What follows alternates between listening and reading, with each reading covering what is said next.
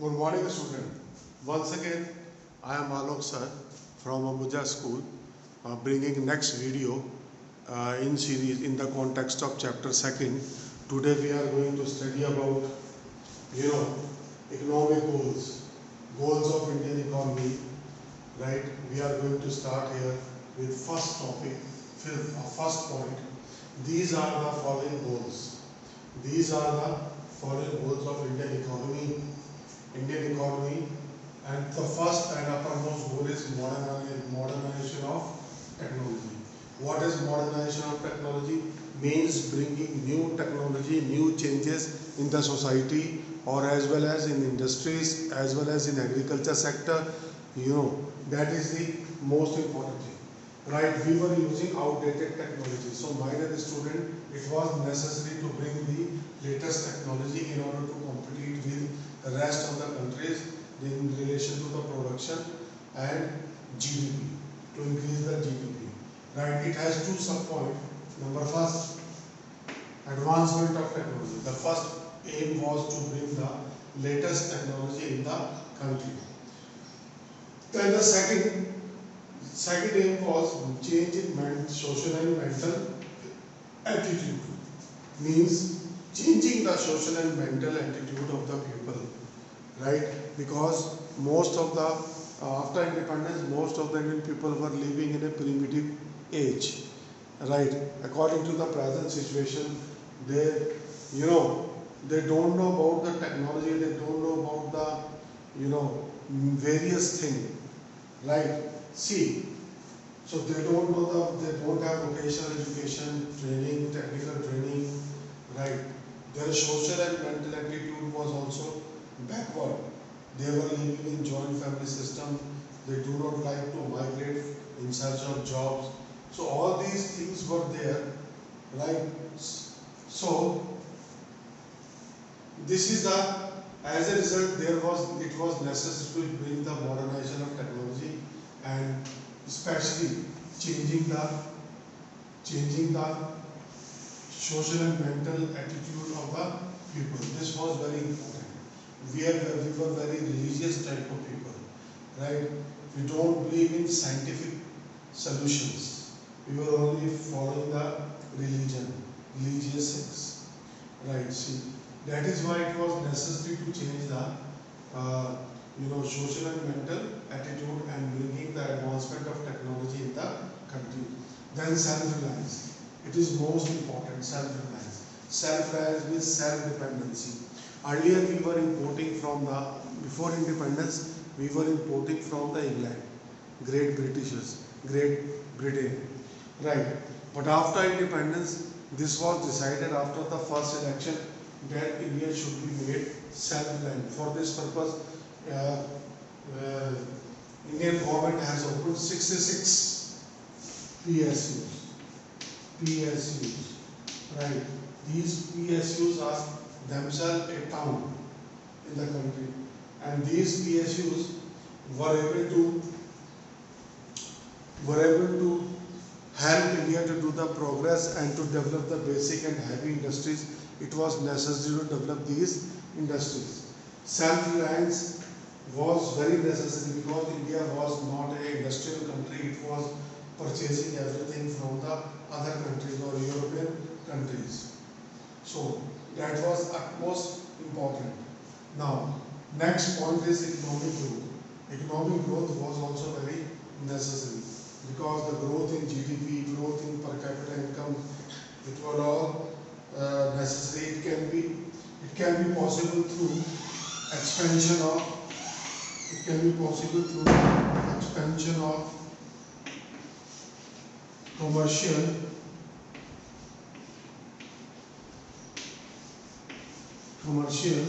and economic activities.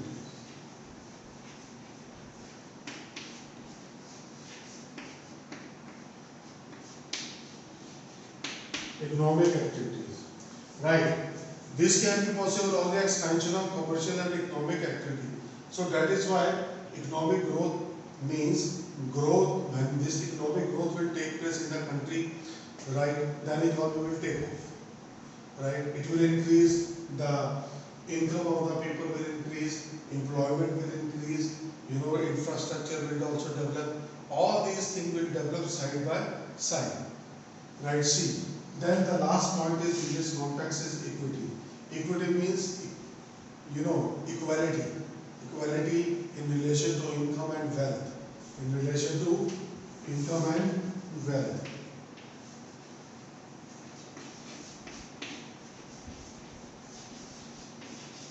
In relation to income and wealth. Right, see. So my dear student, how can we develop income equality and wealth equality? By providing jobs to handicapped people, by providing jobs to backward class people, by helping them, by developing the industries in the countries, right? By providing land to landless farmer, by providing land to landless farmers, to small and marginal farmers. So these were the four basic things. What are those? First, by providing land to landless farmer, by providing loans to small and marginal farmers so that they can upgrade their technology, by providing job to SC/ST class, right? Because only the way we can uplift their welfare by providing them jobs through the reservation. Then lastly, by providing jobs to physically handicapped people so that they can live a life of self-dependency, right? Otherwise, they have no life, right? So these are the four basic goals of Indian economy, which I have explained here. My next topic is features of agriculture. Features of agriculture. So, my dear student, features of agriculture.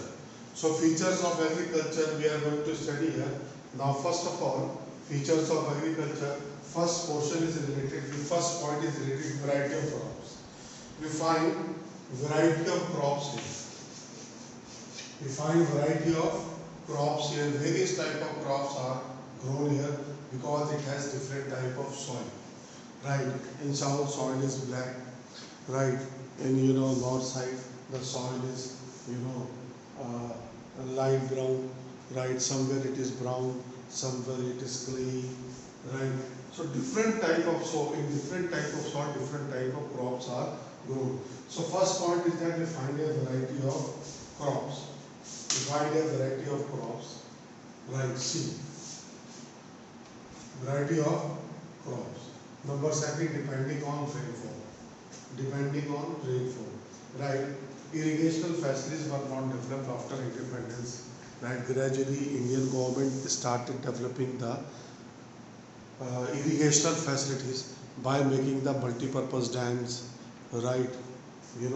Artificial lakes, or artificial canals have been drawn from the rivers, so that the dependence on the rainfall should be over. But still, in many areas, farmers are dependent on rainfall because irrigational system is not so developed, completely not covering the whole country. Right, so that is why still Indian majority of the most of the farmers are dependent on the rainfall, especially in the area of Rajasthan, Gujarat, Maharashtra, etc. So the MP, Madhya Pradesh, right, four especially big states are there where the people are dependent on the rainfall.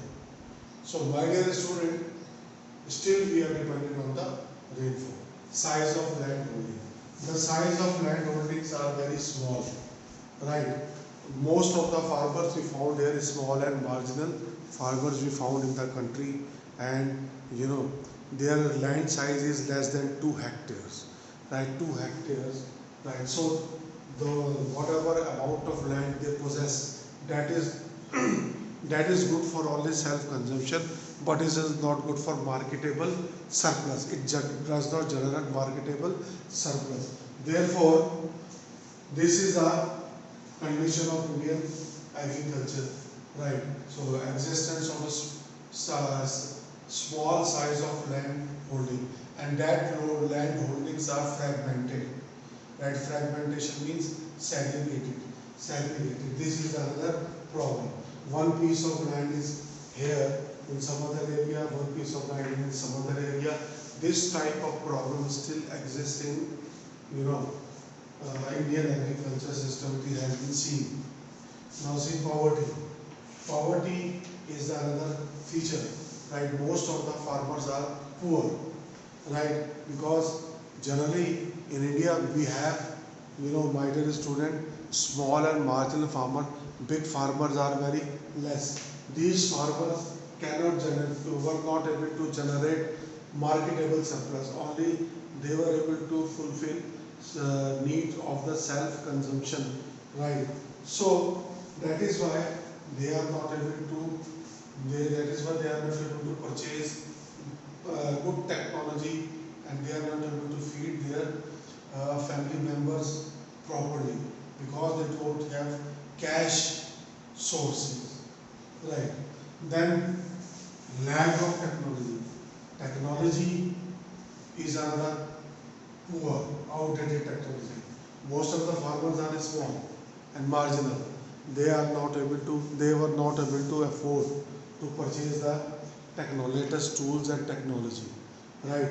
At the most, they can plant pump set, diesel pump set, or tube wells, or you can maximum they can buy tractors. On that is too on the loan, which Indian government is providing to the farmers. Right.